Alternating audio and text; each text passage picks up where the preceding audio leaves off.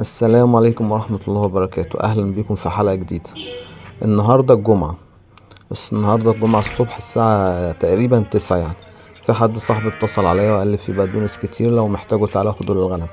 هو كان حشه البقدونس كان وحش وما كانش ينفع يتباع، فاتصل عليا وقال لي تعالى، فأنا رحت جبتهم الصبح قبل ما ادخل على الغنم.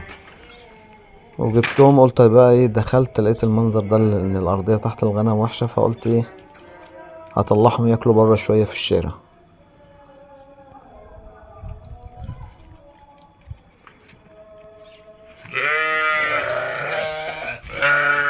طلعت عدلت العلافة، حطيت فيها شوية بقدونس، وبعد كده فتحت الغنم عشان يطلعوا بره ياكلوا بره.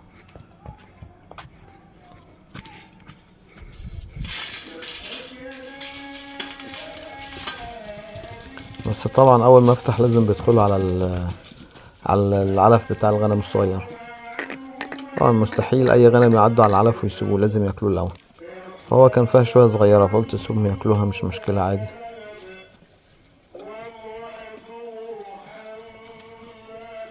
بعد ما خلصوا العلف هيطلعوا بقى بره عشان ياكلوا البقدونس.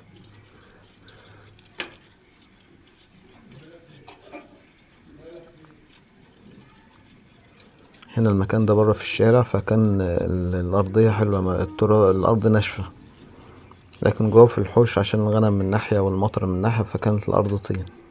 فكان لازم ان انا انضف الارض عشان بتأثر على حافر الغنم، على رجليهم من تحت، فبتعمل مشاكل، بتعمل ريحة وحشة، بتخلي ضفر الغنم تعفن.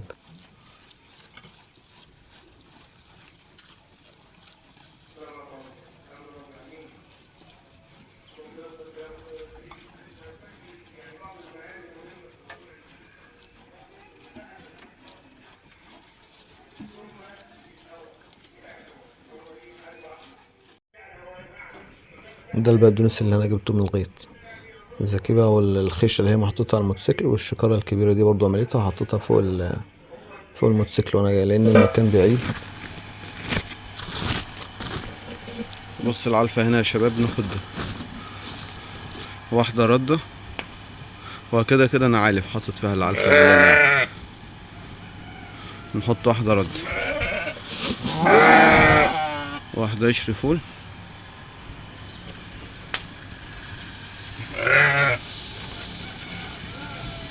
وواحدة ذرة.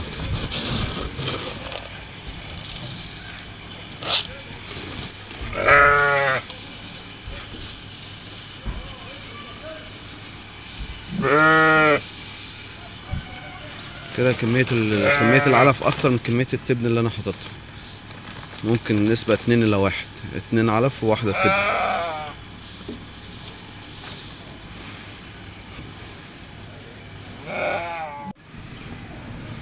هي العلافة صغيرة، والناس قالت لي اعمل علافة كبيرة، انا كده كده هعمل واحدة كبيرة بس عشان محدش يقول لي يعني. ان شاء الله هعمل واحدة كبيرة، واللي عند الطوالة اللي هي الحجر دي هعملها من بره واظبطها يعني. بعد ما علفت الغنم بقى قلت ايه، اقعد اولع شوية كده واقعد جنب النار ادفي المكان، لان النار دي ما بولعها اقعد جنبها بتفكرني بايام زمان.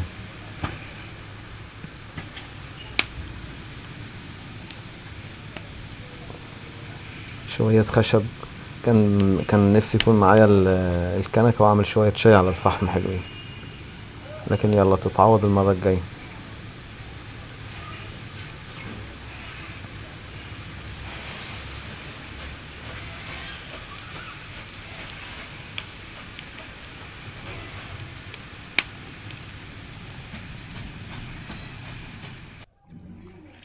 هنا النعجة دي بسم الله ما شاء الله بقت قربت خالص على اخرها يعني.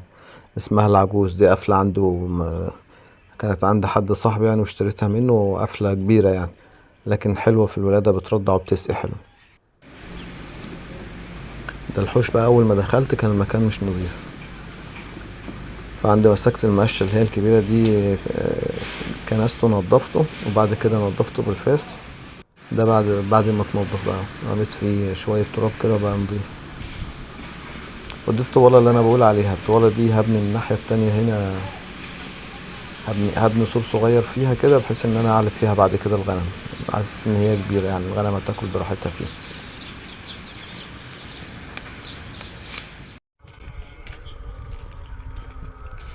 صحيت الصبح وانا طالع اسرح بيهم، لقيت النعجة دي اللي هي اسمها غزال،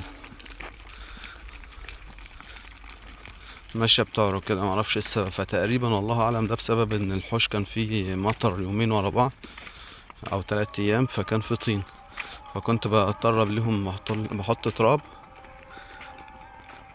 تاني يوم برضو الجو يمطر وتحل نفس القصة كده تعمل طين. فتقريبا والله اعلم هو ده السبب. لما اروح النهارده هبص عليها كده واشوف لها علاج، واعرفكم طبعا العلاج ايه.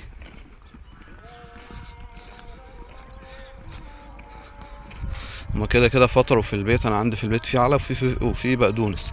رر رر في علف وفي بقدونس في البيت، حطيت لهم الصبح فطروا، وطلع امشيهم شويه لان الحوش الظل ومفيهوش شمس.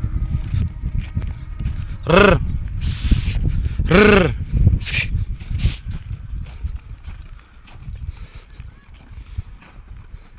هو طالع يعني بس عشان يتمشوا شويه مش اكتر، مش عشان الاكل.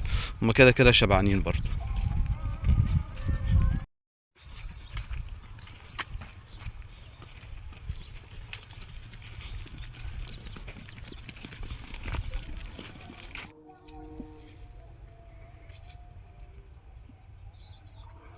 قعدت في مكان فضلوا ياكلوا فيه كتير، فبعد شويه بص لقيتهم طلعوا من لوحدهم قعدوا تحت الشجره دي، فضلوا واقفين في الظل لان النهارده الجو كان درجه الحراره يعني الجو كان فيه شمس والشمس بتلسع.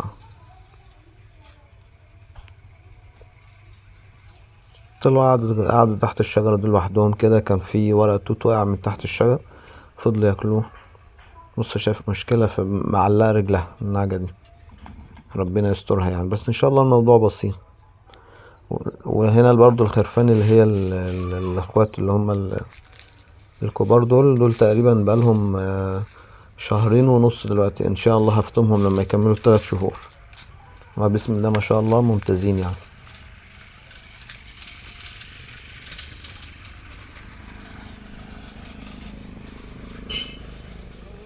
هنا بقى القعدة في وسط الغيط كده ممتعة، الهواء النظيف وروقان البال، ونبعد عن الناس والمشاكل والهموم والقرف والكلام ده.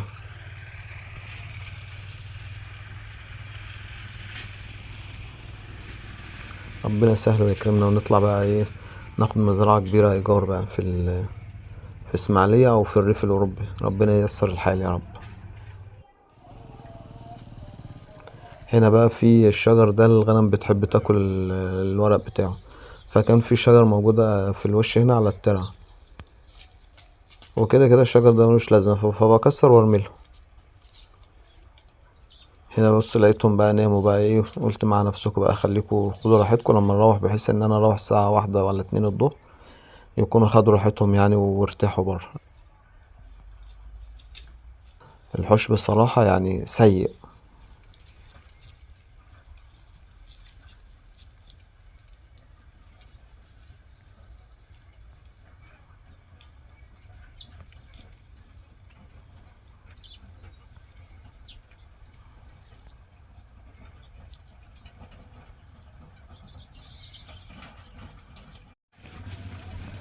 شايفين هنا الخروفين دول اخوات، الخروف اللي على اليمين ده كان تعب شوية جاله شوية اسهال، فبالنسبة لاخوه ضعيف خالص، تحس ان بينهم تقريبا 10 15 يوم في السن.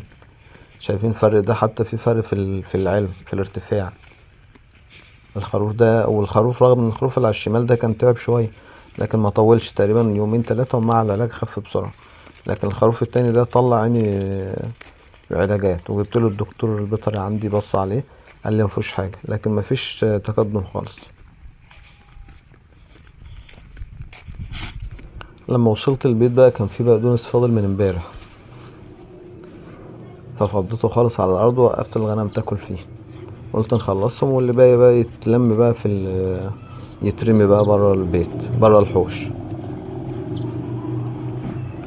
لان البقدونس لو قعد اكتر من 3 ايام بيبوظ.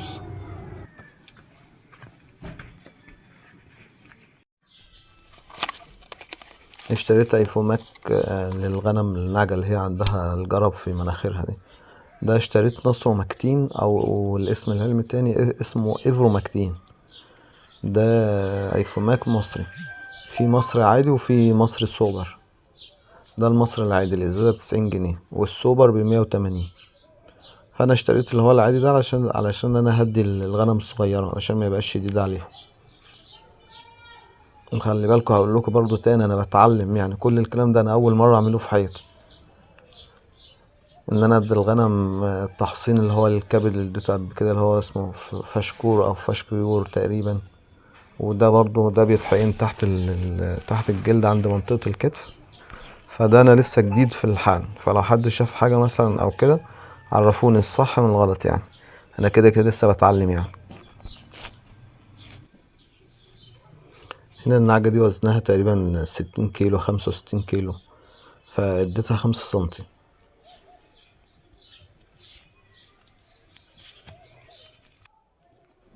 والخروف هنا اديته 3 سنتي او 3 سنتي ونص تقريبا.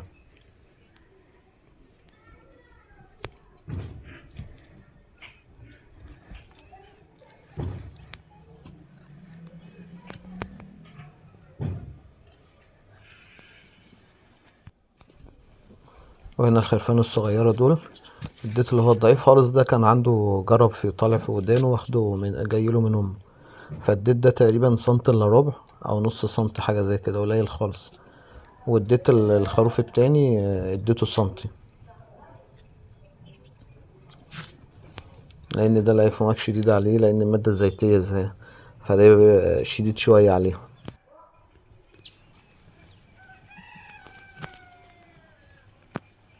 ده الخروف التاني ده واخد سنتي ونص.